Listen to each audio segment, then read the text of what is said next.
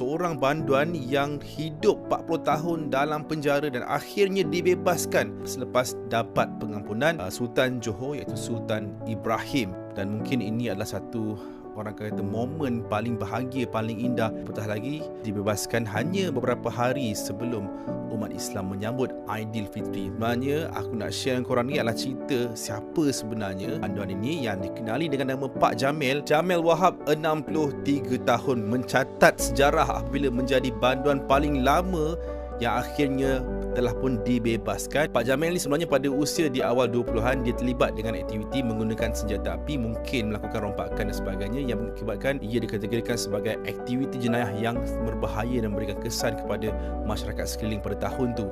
Dan dia telah pun dijatuhkan hukuman Seksyen 5 Akta Senjata Api, penalti lebih berat yang membawa hukuman penjara seumur hayat. Bukan penjara seumur hidup tau, tapi penjara seumur hayat, di mana selagi dia tak dapat pengampunan, dia akan berada kat dalam penjara tu sampai dia mati tau. Dan selepas tu berada 3 tahun, lebih kurang 83 hingga ke 86, 83, 84, 85, 86, lebih kurang 3 ke 4 tahun di penjara Johor Bahru. Akhirnya Pak Jamil dipindahkan ke penjara Taiping, dan setelah 40 tahun hidup di balik penjara, di balik tirai besi, akhirnya Pak Jamil dibebaskan pada 22 Mac lalu.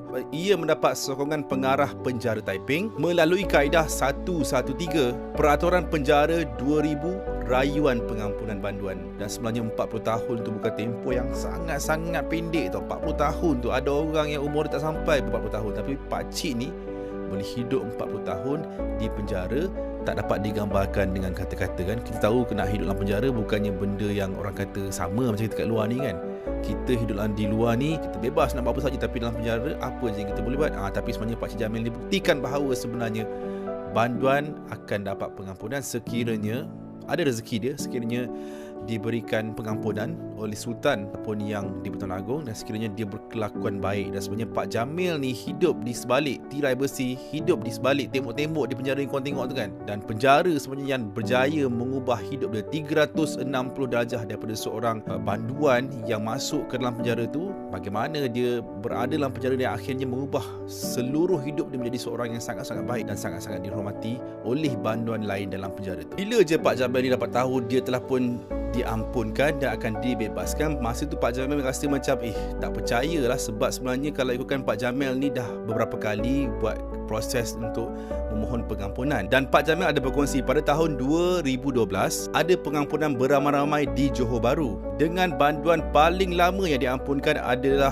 banduan yang dijatuhkan hukuman selama 37 tahun. Sedangkan waktu tu Pak Jamil hanyalah berada dalam penjara 29 tahun. Jadi dia rasa macam tempoh 29 tahun dengan 37 tahun tu memang sangat-sangat berbeza. Jadi rasa macam memang takkan dapat lah sebenarnya kan. Jadi lepas daripada pengampunan yang beramai-ramai itu, Pak Jamil rasa macam dia takkan ada peluang lepas tu, dan dia rasa macam mungkin dia akan berada di dalam penjara tu sampai dia meninggal dunia. Jadi bila Pak Jamil ni fikir, dah lalang kat sini kan sampai aku mati, baik aku banyakkan ibadah, dekatkan diri dengan Allah, dekatkan diri dengan agama dan kembali kepada fitrah. Sebab dia rasa mungkin bila dia dalam penjara, tak ada lain tempat lain selain daripada dalam penjara dan juga di alam barzah nanti. Jadi dia bersedia ke arah itu.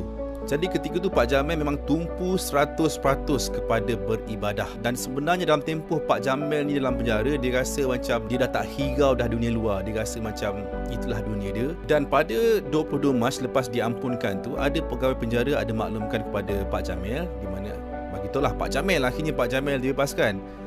Dia masa tu dia rasa macam tak percayalah.